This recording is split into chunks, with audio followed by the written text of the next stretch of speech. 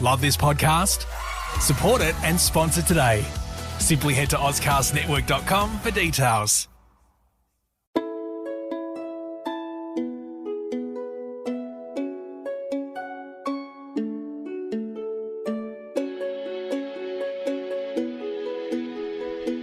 Welcome to Hong Kong Confidential.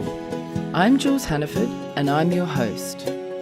I'm an Australian woman and I've been living in Hong Kong for many years. I'm a mother, a teacher, an author, and I want to share my wisdom and the wisdom of others with you. Thanks for joining me and I hope you enjoy the show.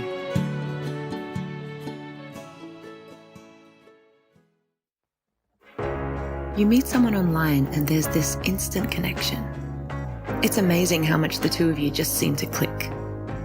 They live somewhere far away and there's some plausible reason they can't travel to meet you. They tell you they're in love with you and you feel optimistic for the first time in a long time. They have a successful career, yet somehow they need money from you to solve a short-term problem, always with the promise of paying you back. Time goes on and they need more money more urgently.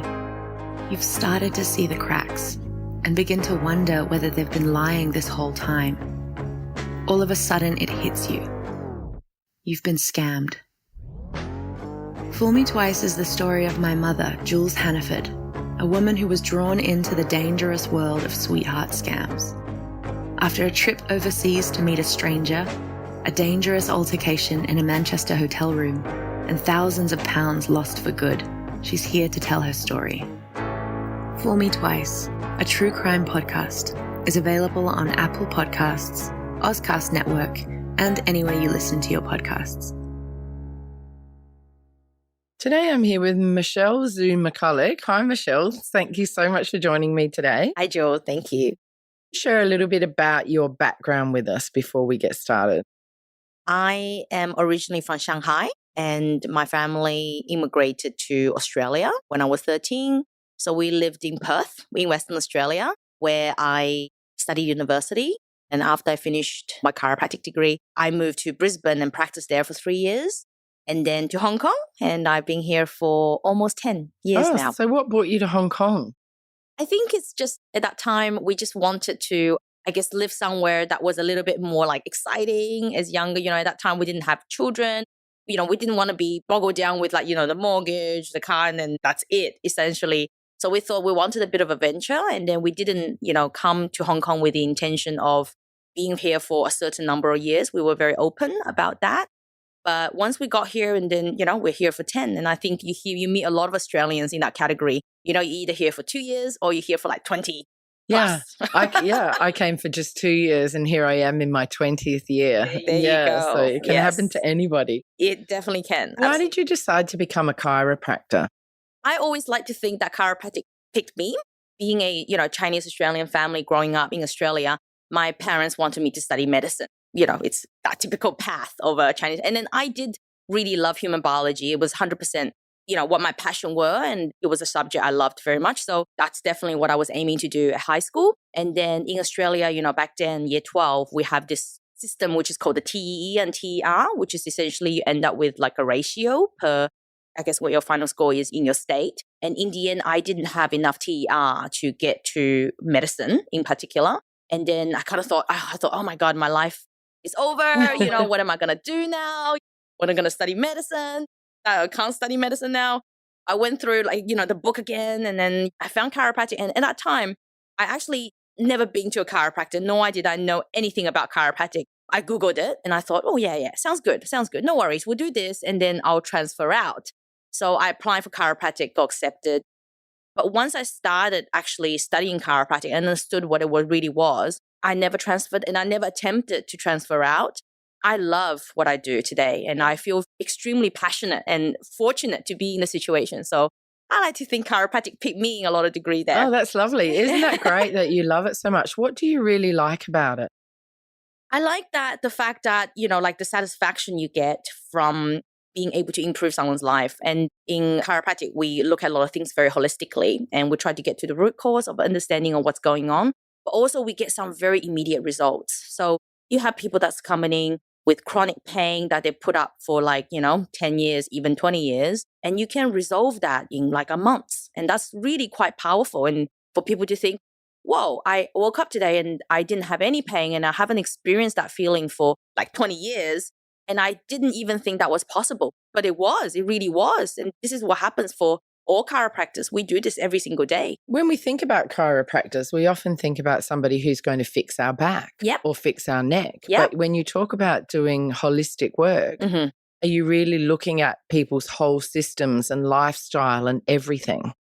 Yes, you can say that. I like to think that we live very much in the physical health atmosphere or dimension.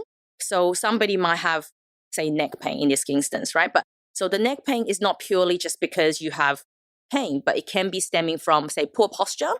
It can stem from the fact that, you're always right side or left side dominant with the way you're using your legs, which causes a pelvic imbalance, which causes a trunk imbalance, which eventually causes a shoulder imbalance. And hence now you have a neck pain.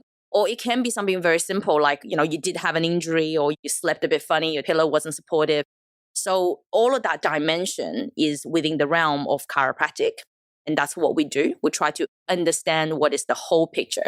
So even if somebody did come in and say, I have neck pain, like my usual protocol is that I will say, look, I'm actually going to look at your whole body. If you don't mind, I will give you a pelvic assessment. I'm going to look at your feet. I'm going to look at your knees.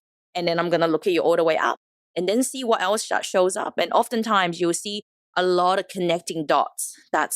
And then people have these patterns that, again, being in practice for 13 years now, you see these patterns and you recognize it really quickly. So that helps too. Somebody telling you a certain symptom and then you finishing the sentence, it's very impressive. But it is chiropractic. It's what I know. It isn't because I'm a psychic or anything like that. Yeah, of course. What triggered your interest in maternity, chiropractic and pediatrics? Yes. When I finished uni, my first job was actually a maternity locum. There was a lot of trust from my first boss, who's also my mentor, that you basically pass your entire practice to a new graduate who just finished uni. And she had a really big maternity and pediatric practice. So at the beginning was just really, I was trying to fulfill what I needed to do for her because she was going on maternity. I needed to learn it really quickly. I need to be able to look after these clients. I need her to have a peace of mind when she's on maternity and not be phoning her every second visit. That's how it started. And being at that time, I was just freshly graduated. I was 23. I definitely didn't have any personal connection to it. But doing it makes you realize how much you actually love it. Again, it was one of the things I stumbled upon, but it's something I kept going. And that is something I focus my practice on today. Do you primarily work with pregnant women or postnatal women and also with babies? I see a big percentage. I wouldn't say that's the only patient I see. I still see many of these patients has been with me for a very long time already. But the dads, the people that have a stressful job, the typical people when you come associated with like chiropractic or people who have jobs that's sitting and that's just doesn't let you stretch out as much as you should be. But otherwise, I do focus a lot of, I would say like my special interest is definitely within the maternity and pediatric world. What do you say to people who say that seeing a chiropractor when you're pregnant can be dangerous? How do you convince them that it's actually a good thing to do? And how does it help pregnant women? That's a really good question. I think a lot of like the danger of chiropractic or all of that comes from a lot of misconception of what chiropractic truly is. A lot of people I meet over the years, non-professional environment, they think, oh, you do this, you crack your back. And oh, wow, I watched this video of this guy and he's cracked this guy's back on the floor and then bend this person backwards. Is this what you do? And you're like, no, that is not what I do at all. Not even close. So I think YouTube has given a lot of these misconception of chiropractic in a lot of ways. So people think it's really aggressive or, whatever. But also in a lot of other like more, I guess, traditional healing that involves like, so for example, like Thai massage, they also do manipulation, right? So it gives people the idea that all manipulation is the same. It's all equal, but it isn't in truly. So the protocol are very, very different. What you're trying to achieve is very, very different. For chiropractic, what we always focus on is realignment of your spine. So we want to understand what normal is. Then we analyze you based on where you're at. And then we think about ways of how to restore that towards norm. So it isn't non-specific. Like if you go to a Thai massage, you will basically have the same protocol with everyone else that's had the same, But for what we're doing, it's very tailor-made. It's very much specific. And it doesn't have to be always manipulation too. It is one of the technique we use. And then we have many different ways to deliver a manipulation technique, which is specific. So oftentimes you will not get like a huge crack as you would expect if you watch a lot of these like YouTubes. Usually what you get is something a lot more subtle. It's a lot more specific. So you should feel just one or two joints moving where it needs to be moving and in a very specific direction as well. So this is what our training is based upon. So it isn't that big one. A lot of people associate that with, that feels risky. But the reason we go through all of that process of doing a full analysis, and obviously this is not for maternity client, but in many instances for non-maternity client, we would even do X-ray analysis. We basically do a full assessment. We do a neurological assessment. We do an orthopedic assessment. So we really understand what's going on with your body. So we understand and we can tailor-make the treatment for you. This is why true chiropractic that is performed by a registered chiropractor is very, very different. If you're going to compare, I guess, if you're using manipulation as a whole kind of single terminology, then you might see some safety factors. But if you were seeing a registered practitioner who knows what they're doing, who has all of the medical anatomical knowledge and training, then you're in safe hands. And that is actually well documented in a lot of research that they've done as well. So there's a lot of systematic review that looked into the safety of chiropractic, and it's very safe. The side effects is very little. Great. What are some of the reasons that a pregnant woman might come and see you? For what sort of things do you often treat pregnant women? One of the top reasons is pain. We know that over 50% of the women experiences back pain during pregnancy. And that is it only 50%? Over. So 50%. Minimum 50. We know that over 50% of the women will experience back pain some stages during your pregnancy. And that percentage just goes up with subsequent pregnancies. That's interesting. I didn't know that. Yeah. So that percentage just goes up. So that's one of the number one reason. And of course, because during pregnancy, you can't take medication, like there's not any other things, and also most mothers are trying to have a very natural pregnancy to not affect the baby from chemical level as well. Chiropractic is an option because we do not prescribe any medication. What we're doing is manual-based technique. It's very much about getting the body to move better and getting the body to feel better. Do you help with things like sleep and things like that for pregnant women as well? Yeah. So if pain is a factor for the pregnant woman, and also depending on how far along you are with your trimester, as you get bigger, most women do find that sleeping becoming increasingly difficult. And most women are recommended to lay on their left side, which means you're also stuck in one position. Then the baby is not like a symmetrical, perfect little ball in there. Certainly when they get to the third trimester, when they start to take shape, there might be right side, left side, whatever. The leg can change, transverse, all of those variations. So that actually places an effect on the actual pelvis. So like really physical effect. You can see it very, very quickly in pregnant women. And also during pregnancy, we have an increase of relaxants through the whole entire body, which affects our joints. So it's important adaptation because obviously allow your baby to grow. So for the baby to grow, but it actually means you're more prone to injury. It's true because you are actually much more lax. So because your body's opening up, isn't it, to fit the baby? The joint didn't have the integrity it actually needs. And oftentimes a lot of pregnant women, again, are probably exercising less than they otherwise would be for whatever reason, whether it's a medical reason, whether it's any other reason. So again, this muscle is also supporting the body a little bit less. So all of that in combination. And one of the other thing I also recommend all women to consider, which is basically a pelvic check from a birth preparation perspective in the third trimester.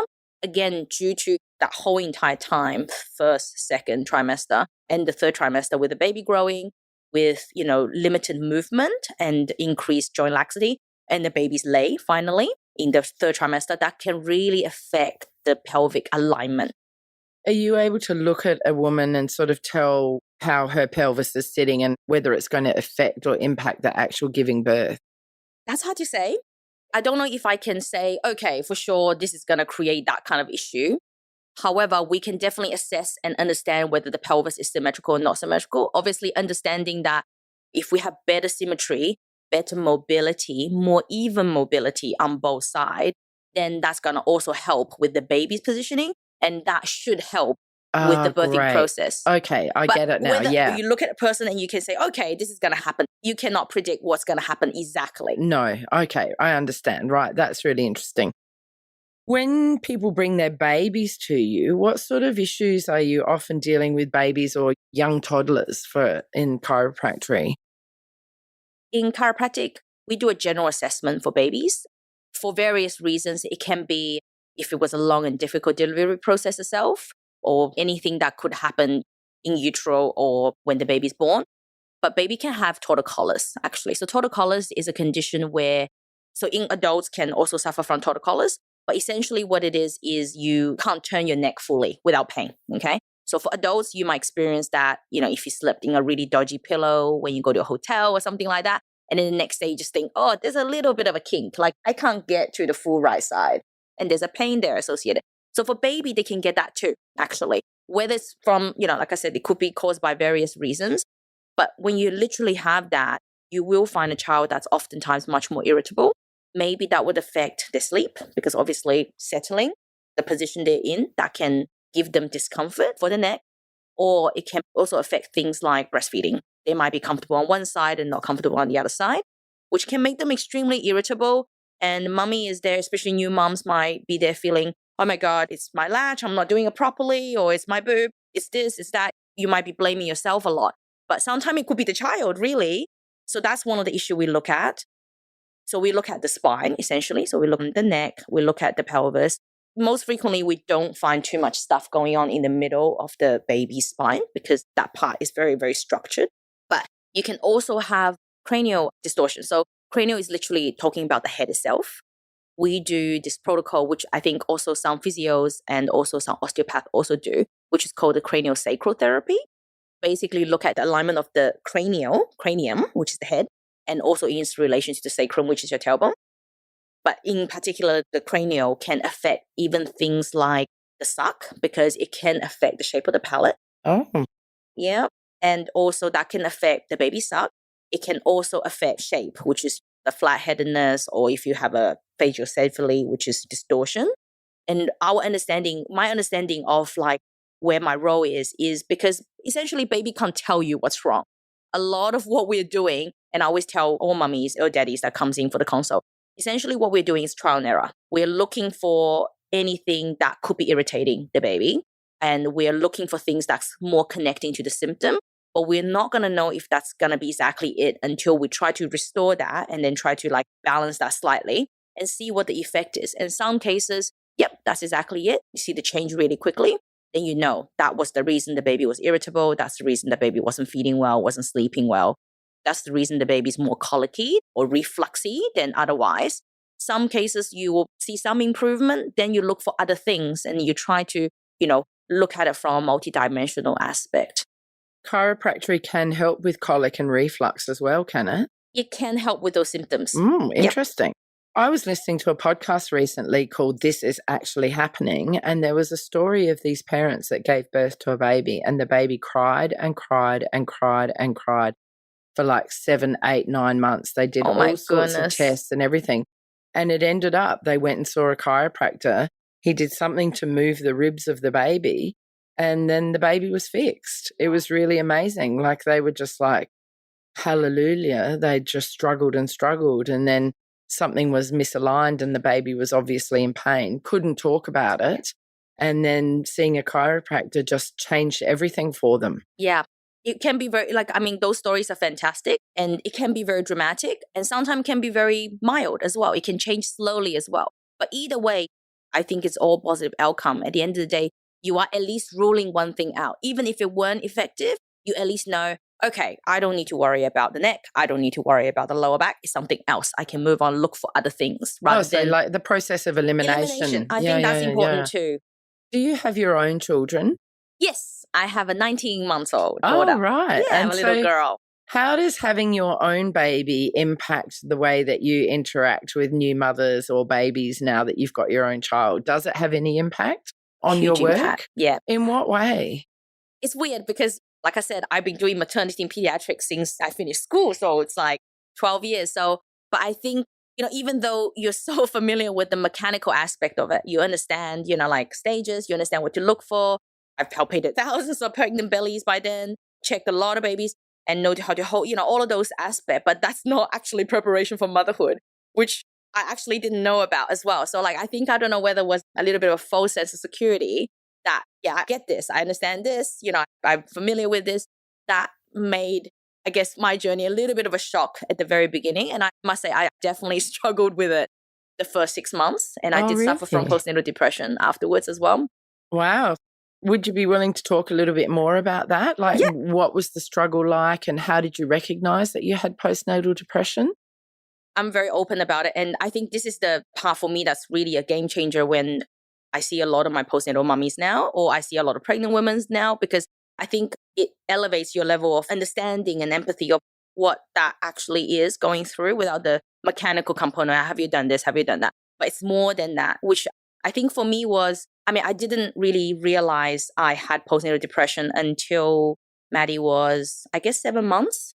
So at the beginning, I was just feeling a little bit, uptight, and I'm naturally a little bit of a controlling personality. I want things to be perfect and all of these things, which doesn't help as I understand now. But I think at the beginning was just not really recognizing who I was anymore at the very beginning. You just feel you knew yourself very well. And then all of a sudden you are a different person in a lot of ways. And it is, you have transitioned.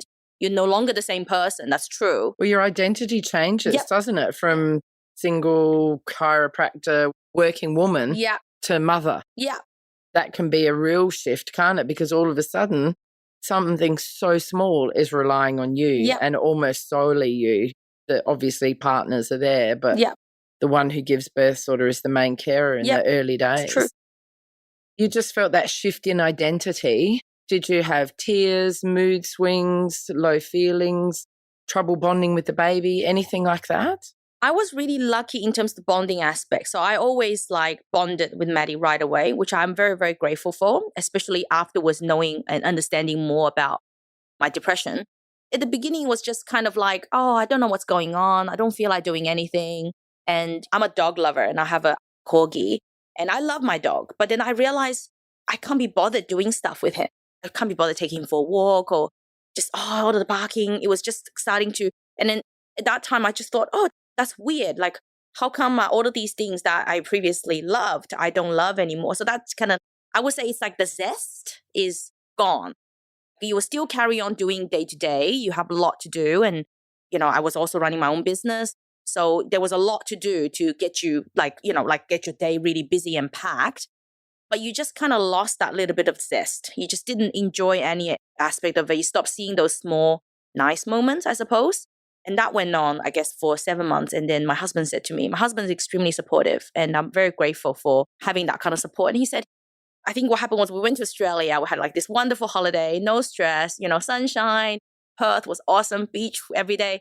And then you came back to Hong Kong, it was gloomy, it's winter. You're like, oh. And then I really felt really low for about 2 weeks straight after we came back from that trip. And my husband said, you know what? We've been talking about this.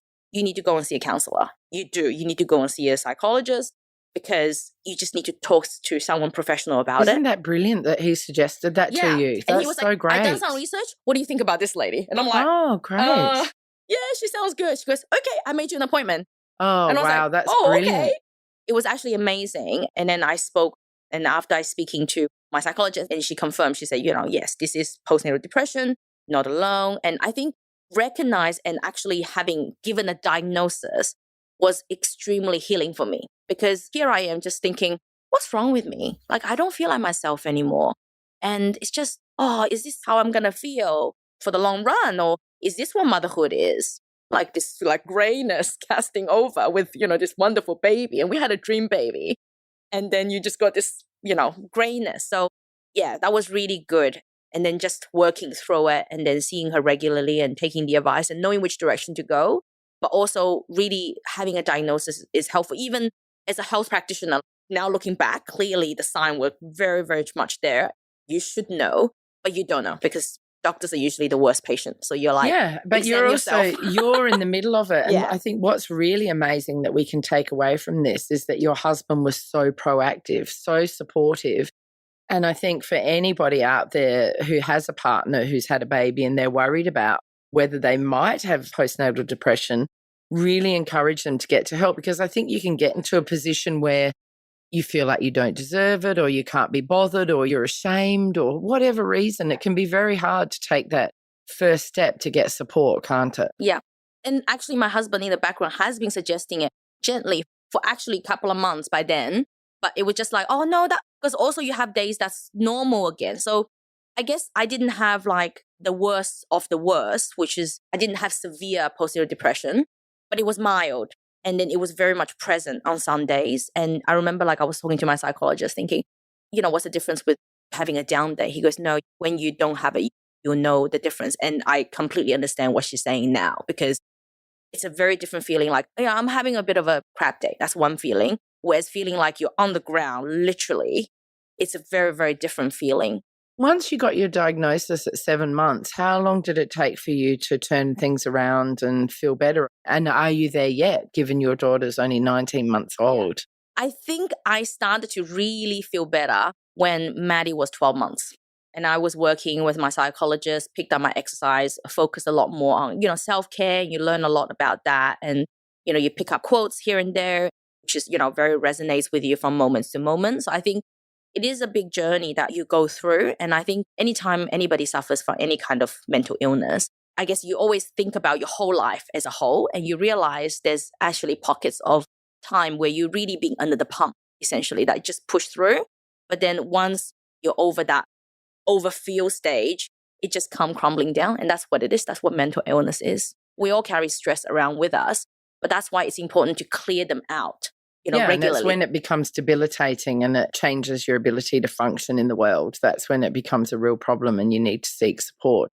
Did you know much about postnatal depression before you had your baby? I mean, I know about it from a medical aspect. And then I've encountered women with postnatal depression, obviously, from my clinical practice. But I think, again, it takes really going through. You're really understanding it from a very different perspective. And you recognize it a lot earlier. So I noticed, I also found that right now, practice-wise for me, I really connect with a lot of postnatal mummies really well. Very different level with previously. It was I can be that supportive chiropractor for them, which is great. I can help them with the baby. But it's not from that, much more personal level as well. So I find that part of my practice is definitely elevated. You have a greater empathy and a greater understanding. Definitely. And are you able to recognize when somebody's in distress and you need to refer them to somebody else? Has that helped you be more aware? Yes, definitely. Isn't that great? Definitely. Yeah.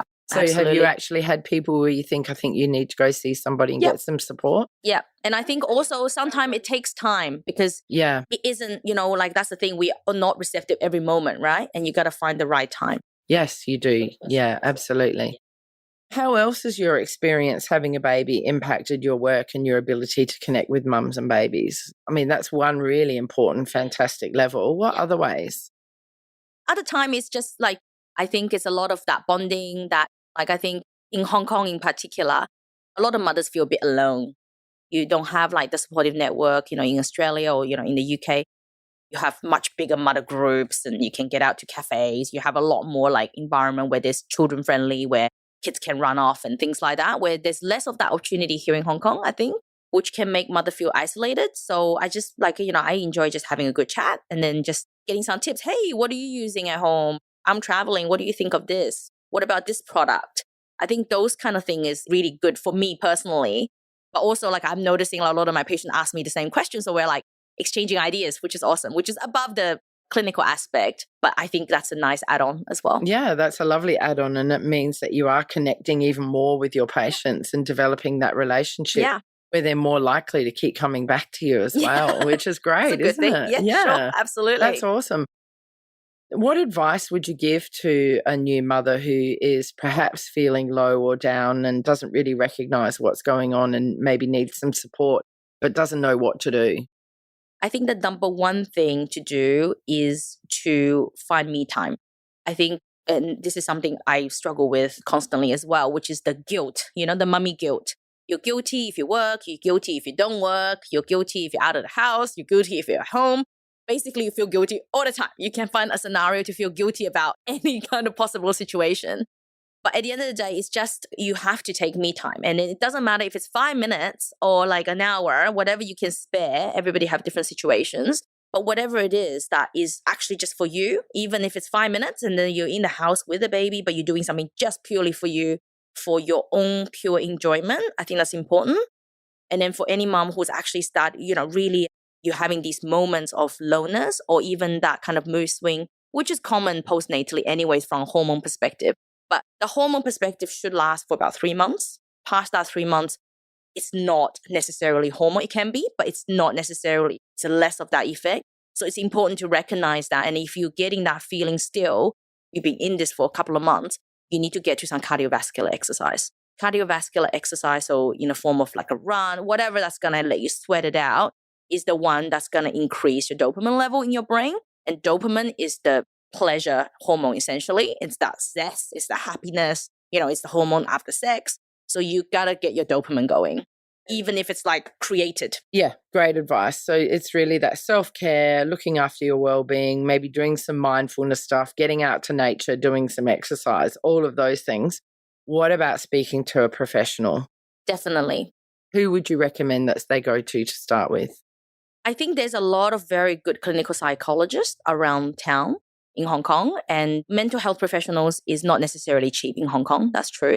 There's a few also government entities as well that is well supported as well. And there's a lot of very good wealth of information now. There's a few charity group as well, like Minds Hong Kong is one. St. John, they run a kind of like a semi-subsidized clinic. And then, of course, you also got all of the private clinics as well. But it's important to also look for a practitioner that is, I wouldn't say the word specialized, but is somebody who's familiar dealing with your particular kind of case. So like if you're looking for mental health professional who to deal with addiction, it's going to be a different kind of practitioner who deal with postnatal depression. It's going to be a different person that deal, so it's important to find the person that speaks to you. And I think also being a practitioner myself, I think the craft is one aspect and it's very, very important. And this is what all registered and all trained professionals are graduated with. But that person-to-person level connection is also very, very important in your recovery. Because at the end of the day, if you do not trust and believe this person's going to get you to where you need to get to, you're probably not going to get there. So recognizing that early, and sometimes it can be just a personality thing.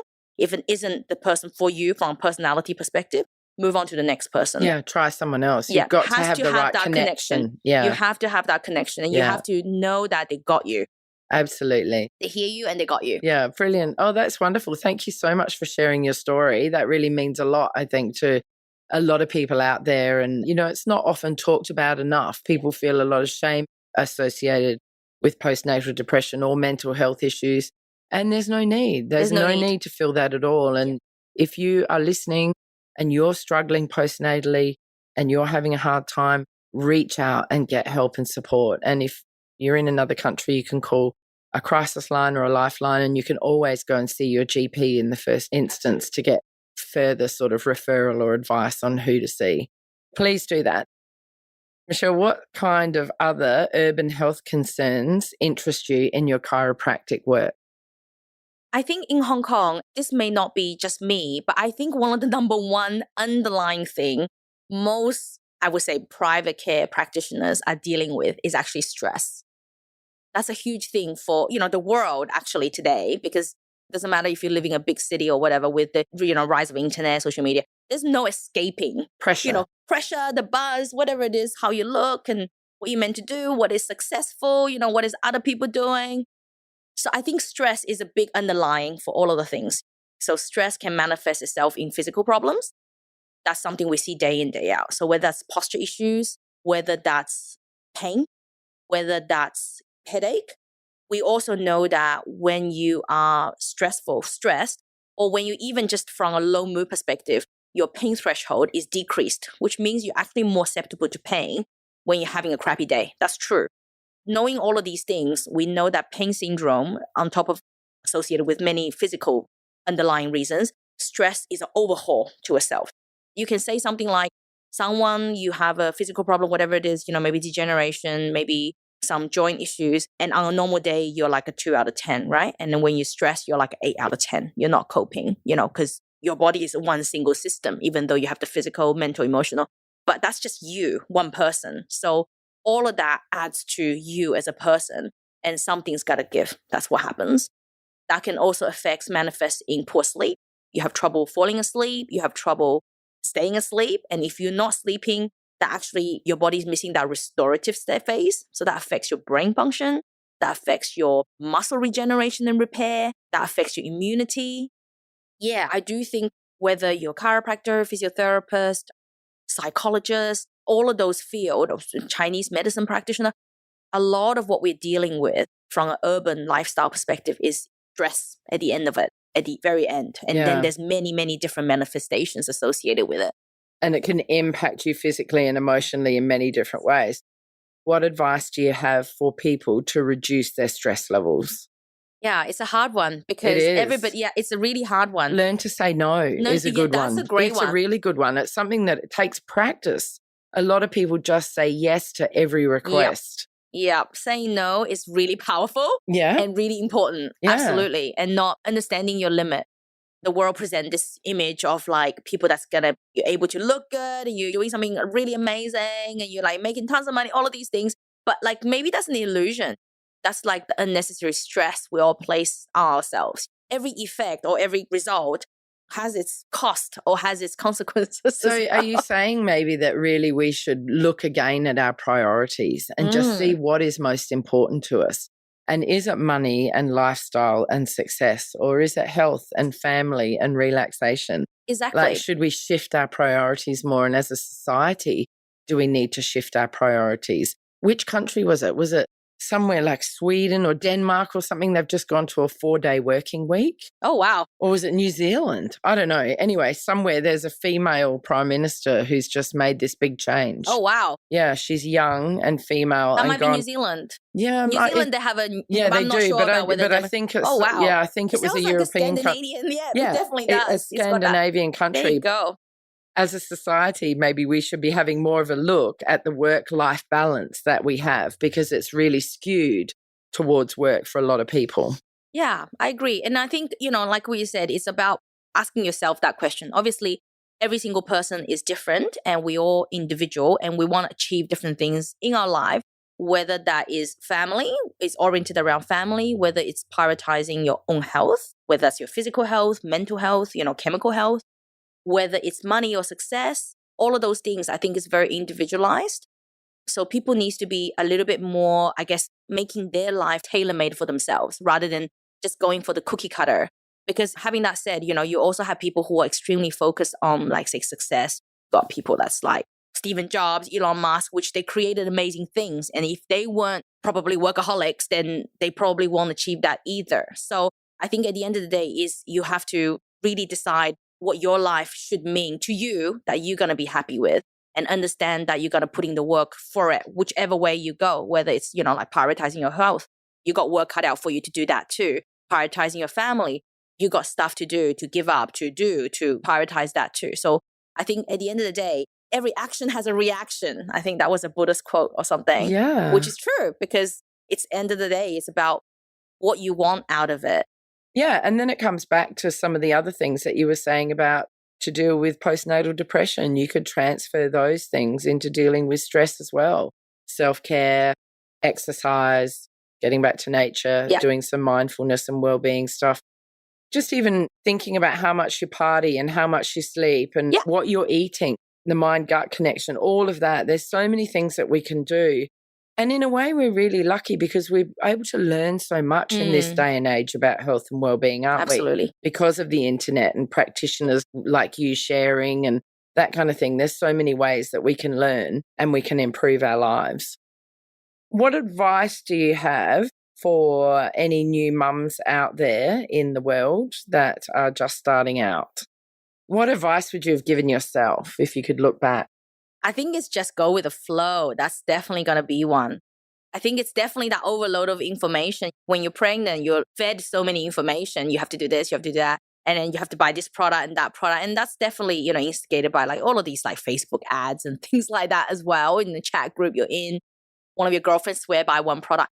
But just because that really worked for this person, it actually doesn't mean it's going to work for you. So going with the flow, one of the biggest advice I would give myself is just go with the flow. Because at the end of the day, you don't know your baby yet, right? You know the baby from, you have feelings and you're connected to your baby, but you're really not going to know exactly how, like all of these questions, whether your baby is going to be a big feeder, a small feeder, good napper, no, all of these things you don't know.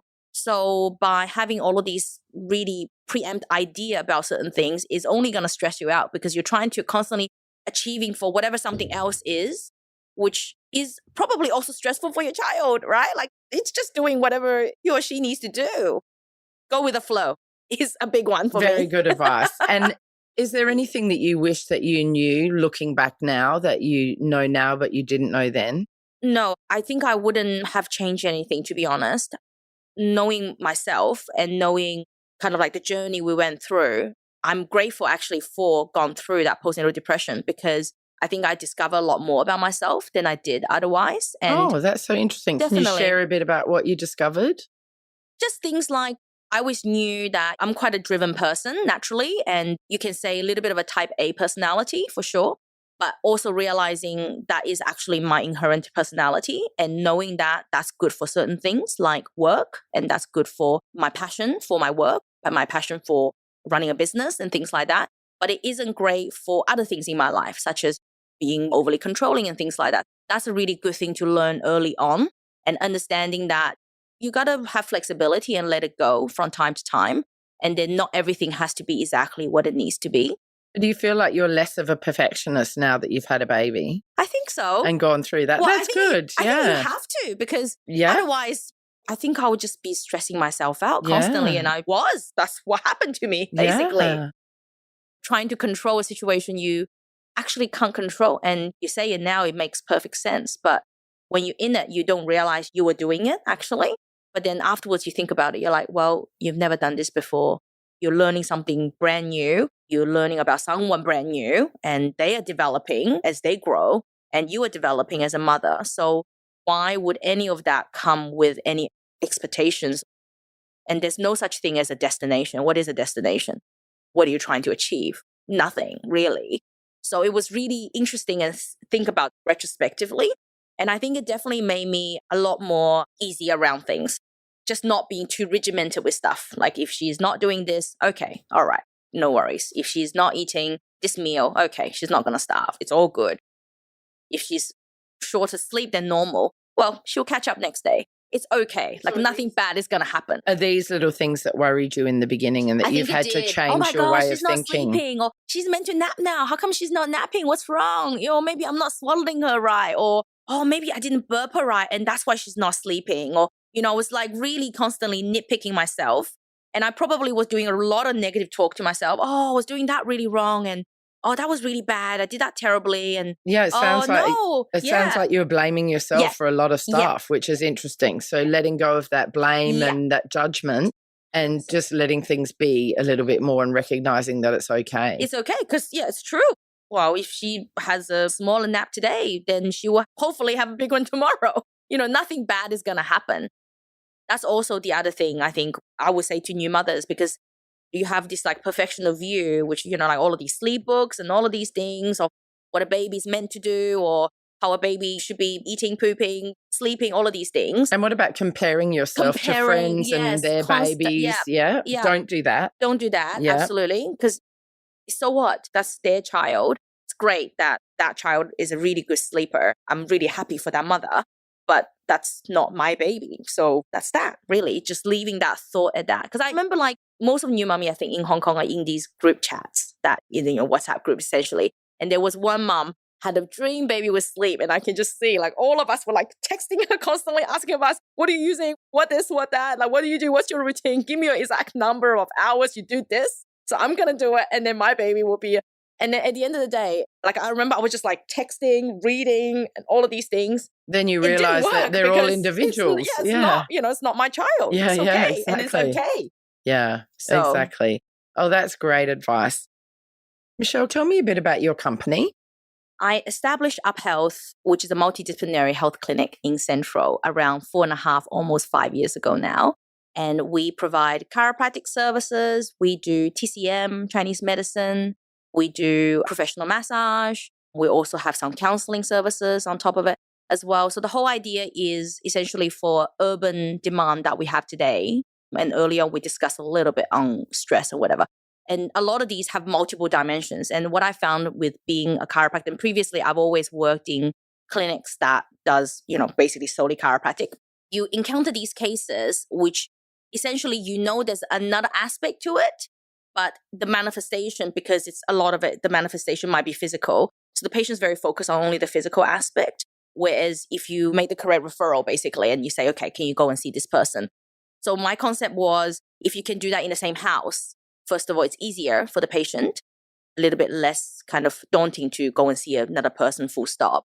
And also for practitioner to practitioner, also we learn a little bit more, and then we can come up with different concepts. Oh, okay, that's a great idea. Maybe I would suggest this to this person, because that's another way of looking at the same symptom coming from all different fields of healthcare, essentially. That's what we do. Oh, that's a really great idea. I love it. And I bet a lot of people really appreciate that, being able to see different practitioners within the one organization and feel really comfortable. Yeah, definitely. Yeah. And I think also in Hong Kong, space is difficult here in Hong Kong. We created our space for it to be a lot more relaxing and then a lot more, more closer to what you expect an Australian health clinic to look like as well.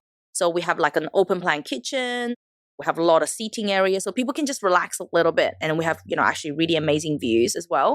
So people can just relax a bit before they go straight into seeing whoever they need to see. And also because recognizing, people are really busy, kind of like running around all day long. If you can take those time already, which you're prioritizing your health out of to do something, and if you can also be in a more comfortable and relaxed environment, and that's going to help you as well. Absolutely. Yeah. Michelle, thank you so much for sharing your story with us today. And please tell our listeners how they can get in touch with you if they want to come and see you for chiropractic work or even for support for a new mother or a baby. How can they get in touch with you? You can email me. My email is Michelle, MICHELLE at UpHealth, UPHEALTH.com.HK. Yep. They can email me. Yes. Thank you so much for talking to me today. And for my listeners out there, I'm going to ask Michelle 4 secret questions, and that's going to be on my Patreon account. So for as little as $1 a month, you can sign up for Patreon/Hong Kong Confidential, and you can then hear Michelle's 4 answers to the secret questions, and you can hear the secret questions for all of my other guests as well. So, Michelle, thank you so much for being on the podcast today. And for my confidants who are already patrons, please head over to Hong Kong Confidential on Patreon to hear Michelle's answers to the secret questions. Thanks a lot, Michelle. Thank you for having me. Thank you. It's been great. Thank you. Hi, confidants. I want to tell you about my Patreon page. I've joined Patreon in the hope of getting sponsorship for my Hong Kong Confidential podcast. Patreon is a great way for my listeners to get on board and sponsor me with monthly payments, and that goes towards my production costs and rewards for my members. If you're interested in checking out my Patreon page, please go to patreon.com and search up Jules Hannaford or Hong Kong Confidential. I would really appreciate you visiting my page.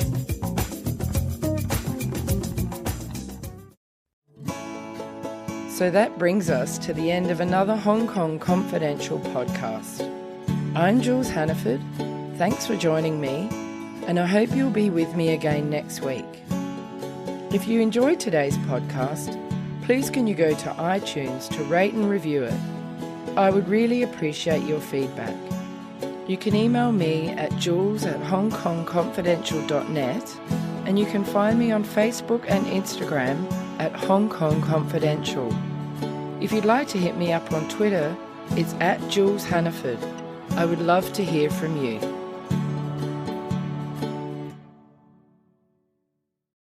Love this podcast? Support it and sponsor today. Simply head to AuscastNetwork.com for details.